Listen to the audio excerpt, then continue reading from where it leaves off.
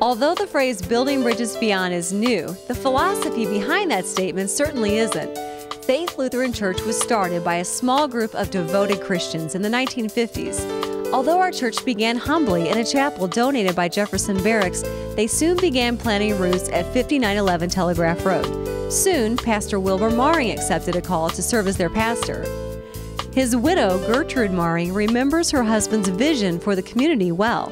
When we came here, they had this little chapel that they had moved over from Jefferson Barracks, and it was in very poor shape.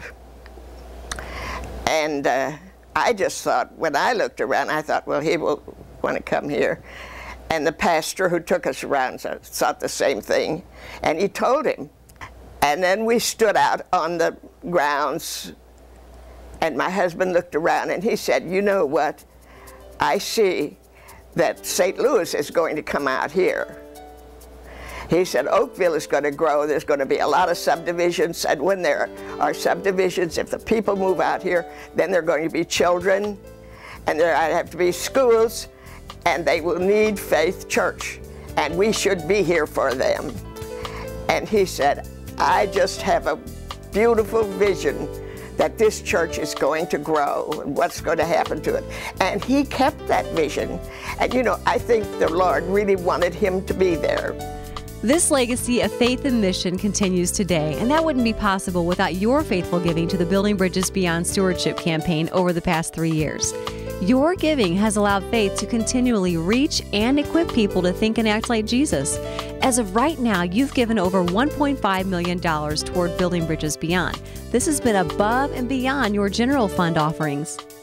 Justin and Jen Neville began attending Faith about 3 years ago, and they were welcomed as new members on the Sunday we kicked off the BBB campaign.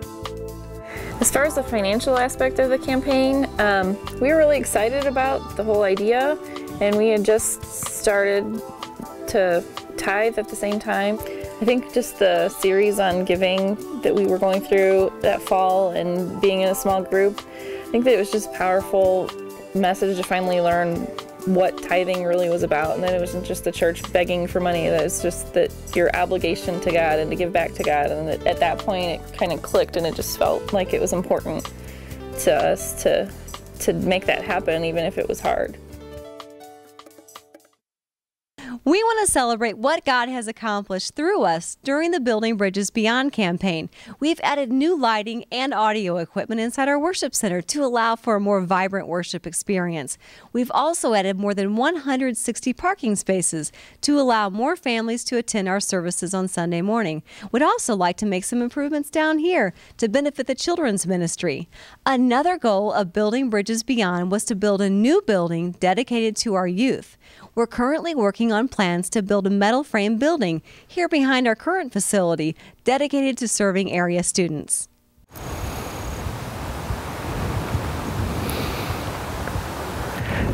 This may not look like much now, but this very well could be the site of Faith's new Student Community Center, a place for students to come and both pray and play, a place where they could invite their friends. It would be a cool space.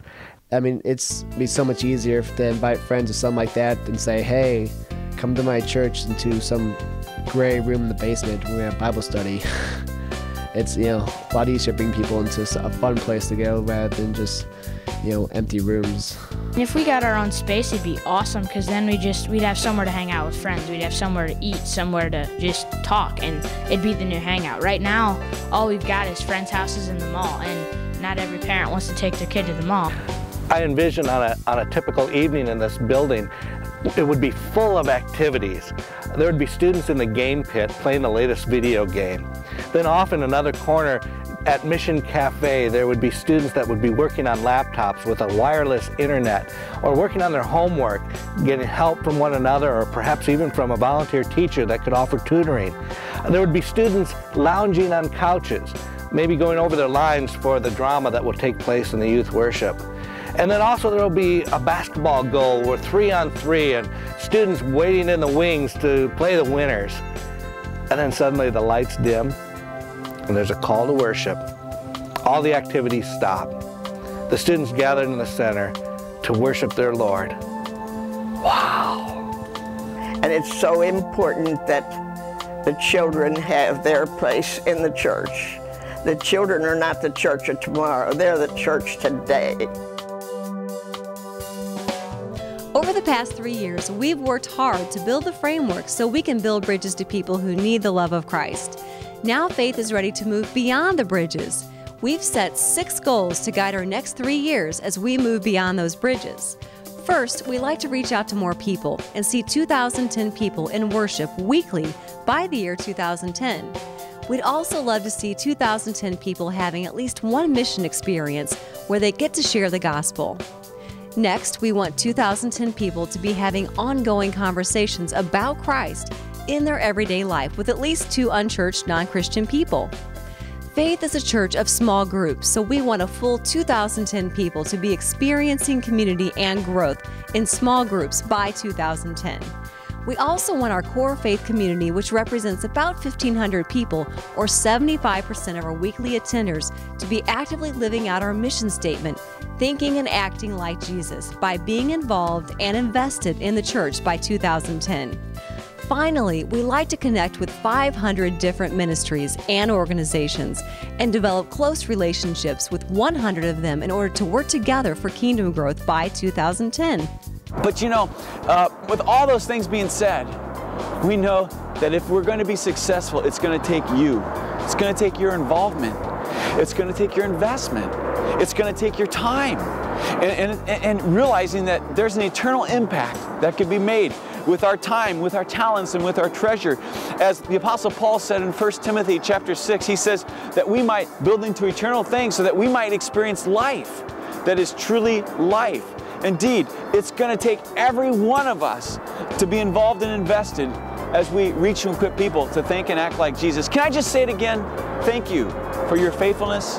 Thank you for your commitment to the ministry of faith, but also really to the mission that God has placed on our hearts and prayerfully on your hearts as well.